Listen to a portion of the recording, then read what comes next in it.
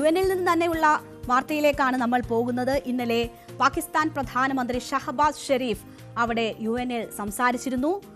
ഒരുപാട് കാര്യങ്ങൾ ഷഹബാസ് ഷെരീഫ് അവിടെ സംസാരിച്ചു. അതിനെ രണ്ടായി നമുക്ക് തിരിക്കാം. ഒന്ന്, അദ്ദേഹത്തിന്റെ കള്ളങ്ങൾ. രണ്ട്, ട്രംപിനെ പുകഴ്ത്തൽ.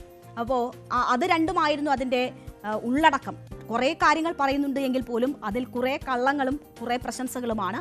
അപ്പോൾ ആദ്യം കള്ളം എന്താണെന്ന് നോക്കിയാൽ, ഒരു പ്രകോപനവുമില്ലാതെ അതിർത്തിയിൽ ഇന്ത്യ അവരെ ആക്രമിച്ചു എന്ന ഒരു കാര്യം പറയുകയാണ് ഷഹബാസ് ഷെരീഫ്. ആ ആക്രമണത്തിൽ ഇന്ത്യയുടെ 7 വിമാനങ്ങൾ തകർത്തു എന്ന് പറയുകയാണ്.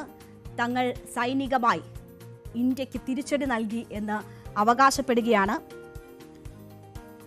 അപ്പോൾ ഇതിലെല്ലാം കള്ളം നിറച്ചുകൊണ്ടാണ് ഇന്നലെ ഷഹബാസ് ഷെരീഫ് അവിടെ സംസാരിച്ചത്. ഇന്ത്യക്കെതിരായ കള്ളങ്ങളുടെ നീണ്ട നിരയായിരുന്നു ഷഹബാസിനുണ്ടായിരുന്നത്. ഇന്ത്യ പാക് വെടിനിർത്തലിന് ട്രംപ് ഇടപെട്ടു എന്ന് ഇന്നലെയും ആവർത്തിച്ചു Shahbaz Sharif.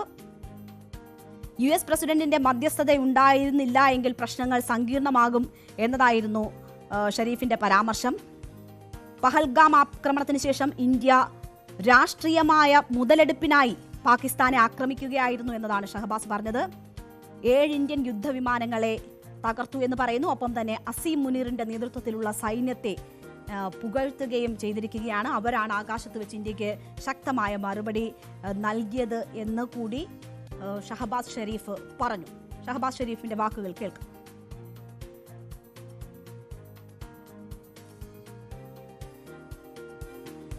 For peace helped avert a more threatening war in South Asia.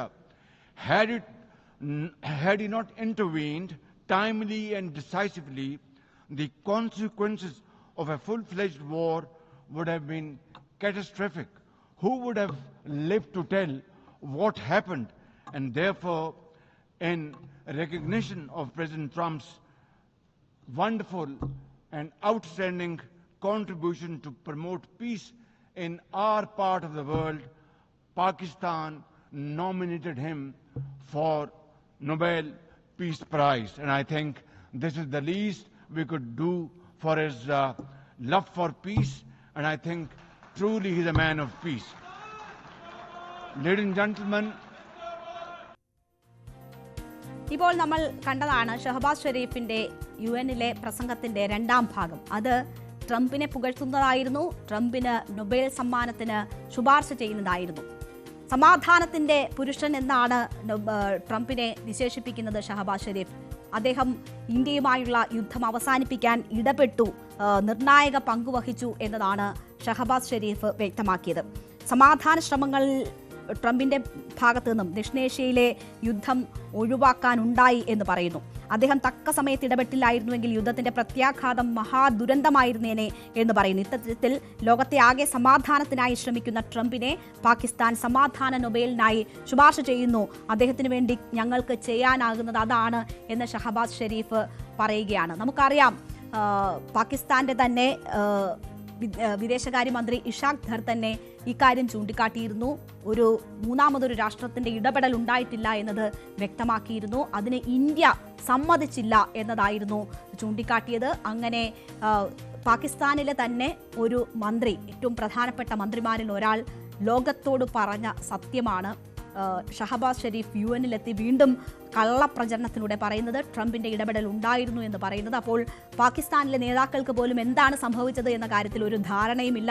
ട്രംപിനെ പുകഴ്ത്താൻ വേണ്ടി ഏതറ്റം വരെയും പോകും പാകിസ്ഥാൻ എന്ന് വെളിവാകുന്നതാണ് ഷഹബാസ് ഷെരീഫിന്റെ അവിടുത്തെ വാക്കുകൾ. ഈ കള്ളത്തിന് ഇന്ത്യയുടെ നയതന്ത്ര പ്രതിനിധി അപ്പോൾ തന്നെ മറുപടി നൽകുന്നു. വലിയ രീതിയിൽ പാകിസ്ഥാൻ എന്താണ് ഇതുവരെ ചെയ്തുകൊണ്ടിരുന്നത് എന്നത് കാര്യം വ്യക്തമാക്കുന്നു. എന്തായാലും ഇന്നലെ തന്നെ പാകിസ്ഥാന് അത്തരം ഒരു മറുപടി ഇന്ത്യ നൽകിയതാണ്. ഇന്ന് എസ് ജയശങ്കർ UN അഭിസംബോധന ചെയ്ത് സംസാരിക്കാൻ പോവുകയാണ് ഇന്ത്യൻ വിദേശകാര്യമന്ത്രി. അപ്പോൾ അതിൽ കൂടുതൽ പ്രതികരണങ്ങൾ ഉണ്ടാകും എന്നതാണ് നമ്മൾ മനസ്സിലാകുന്നത്. ഇന്നലെ തന്നെ ഇന്ത്യ ഇതിന് ശക്തമായ മറുപടി ഇന്ന് തന്നെ ഇന്ത്യ നൽകിയിരുന്നു. അത് പെറ്റൽ എന്ന നയതന്ത്ര ഉദ്യോഗസ്ഥയാണ് കൃത്യമായി പാകിസ്ഥാന്റെ നിലപാടുകൾ എന്താണെന്നും ഭീകരവാദത്തോട് അവർ എങ്ങനെയൊക്കെ സന്ധി ചെയ്തിട്ടുണ്ട് എന്നും പഹൽഗാം ഭീകരാക്രമണത്തിന് പിന്നിലുള്ള ദ റെസിസ്റ്റന്റ് ഫ്രണ്ട് എന്ന സംഘടനയെ പാകിസ്ഥാൻ എങ്ങനെയാണ് പിന്തുണച്ചതെന്നും അത് UN-ൽ തന്നെ പിന്തുണച്ചിരുന്നു എന്ന കാര്യവും പറയുന്നു. ഒസാമ ബിൻ ലാദനെ പോലെയുള്ളൊരു ഭീകരനെ പാകിസ്ഥാൻ ഒളിപ്പിച്ച കാര്യം ചൂണ്ടിക്കാട്ടിയിരുന്നു. ഭീകരവാദത്തിന്റെ സ്പോൺസറാണ് പാകിസ്ഥാൻ എന്നത് ലോകരാഷ്ട്രങ്ങൾക്ക് തന്നെ അറിയാമെന്നുള്ള കാര്യം വ്യക്തമാക്കുന്നു. അങ്ങനെ പാകിസ്ഥാൻ എന്താണ് എന്നത് ലോകത്തോട് വിളിച്ചു പറഞ്ഞുകൊണ്ട് ഇന്ത്യൻ നയതന്ത്ര ഉദ്യോഗസ്ഥ സംസാരിച്ച ആ വാക്കുകൾ ഇപ്പോൾ വലിയ വൈറലാണ്. ആ നയതന്ത്ര ഉദ്യോഗസ്ഥയുടെ ചിത്രങ്ങളും സമൂഹ മാധ്യമങ്ങളിൽ ഇങ്ങനെ പ്രചരിച്ചുകൊണ്ടിരിക്കുകയാണ്. അപ്പോൾ പാകിസ്ഥാന് അർഹിക്കുന്ന മറുപടി നൽകിയ ഇന്ത്യൻ നയതന്ത്ര ഉദ്യോഗസ്ഥയുടെ വാക്കുകൾ കൂടി നമ്മൾ കേൾക്കുന്നു. Glorified terrorism that is so central to their foreign policy. However, no degree of drama and no level of lies can conceal the facts. This is the very same Pakistan which, at the UN Security Council on 25th April 2025, shielded the Resistance Front, a Pakistani-sponsored terror outfit, from the responsibility of carrying out the barbaric massacre of tourists in the Indian Union territory of Jammu and Kashmir. Mr. President, a country long steeped in the tradition of deploying and exporting terrorism has no shame in advancing the most ludicrous narratives to that end. Let us recall that it sheltered Osama bin Laden for a decade, even while pretending to partner in the war against terrorism. Its ministers have just recently acknowledged that they have been operating terrorist camps for decades. It should come as no surprise that once again this duplicity continues, this time at the level of its Prime Minister. പെറ്റൽ ഗെഹ്ലോട്ടിന്റെ വാക്കുകളാണ് നമ്മൾ കേട്ടത്. ഇപ്പോൾ ഒരു സ്റ്റാറായി മാറിക്കഴിഞ്ഞിരിക്കുന്നു ഇന്ത്യയുടെ നയതന്ത്രജ്ഞയും ഒപ്പം തന്നെ UN-ലെ ഇന്ത്യയുടെ സ്ഥിരം മിഷനിലെ ഫസ്റ്റ് സെക്രട്ടറി കൂടിയാണ് പെറ്റൽ ഗെഹ്ലോട്ട്. ഏതായാലും ഗെഹ്ലോട്ട് ചുട്ട മറുപടി തന്നെ പാകിസ്ഥാന് നൽകിയിട്ടുണ്ട്. അതിന്റെ ബാക്കി ഇന്ന് വിദേശകാര്യമന്ത്രി S. ജയശങ്കർ നൽകുമെന്നാണ് പ്രതീക്ഷിക്കപ്പെടുന്നത്. ഇന്ത്യൻ സമയം 10:30 ഇന്ന് UN-ൽ ജയശങ്കർ സംസാരിക്കുക.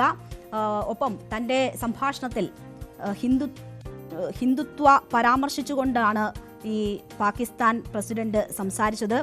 ഹിന്ദുത്വ എക്സ്ട്രീമിസം എന്ന ഒരു വാക്കാണ് ഷഹബാസ് ഷെരീഫ് ഇന്നലെ ഉപയോഗിച്ചത്. അത് ഇന്ത്യയുടെ ഭീകരവാദം, ആ രീതിയിലുള്ള ഭീകര പ്രവർത്തനങ്ങൾ ലോകത്തിന് തന്നെ ഭീഷണി എന്ന ഒരു പരാമർശം കൂടി ഇന്നലെ ഷഹബാസ് ഷെരീഫിന്റെ ഭാഗത്തു നിന്നും ഉണ്ടായിരുന്നു. അപ്പോൾ അങ്ങനെ ഒരു പരാമർശം ഇന്ത്യക്കെതിരെ നടത്തിയതിലുള്ള ഇന്ത്യയുടെ മറുപടി എന്താണ്, S. ജയശങ്കർ നൽകാൻ പോകുന്ന മറുപടി എന്താണ് എന്നതുകൂടി നമ്മൾ കാത്തിരിക്കുകയാണ്. ലോകത്ത് ഏറ്റവും കൂടുതൽ ഭീകരരെ സൃഷ്ടിച്ച രാഷ്ട്രം എന്ന് വിളിപ്പേരുള്ള, അല്ലെങ്കിൽ തെളിവുകൾ സഹിതം അങ്ങനെ ഒരു മോശം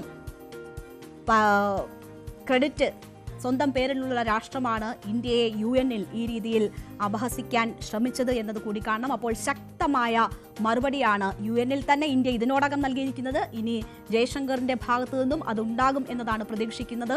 കള്ളങ്ങൾ നിറഞ്ഞതായിരുന്നു ഷഹബാസ് ഷെരീഫിന്റെ അവകാശവാദങ്ങൾ. അതിനുള്ള ഇന്ത്യയുടെ മറുപടി എന്താണ് എന്ന് കാത്തിരിക്കുകയാണ് എല്ലാവരും.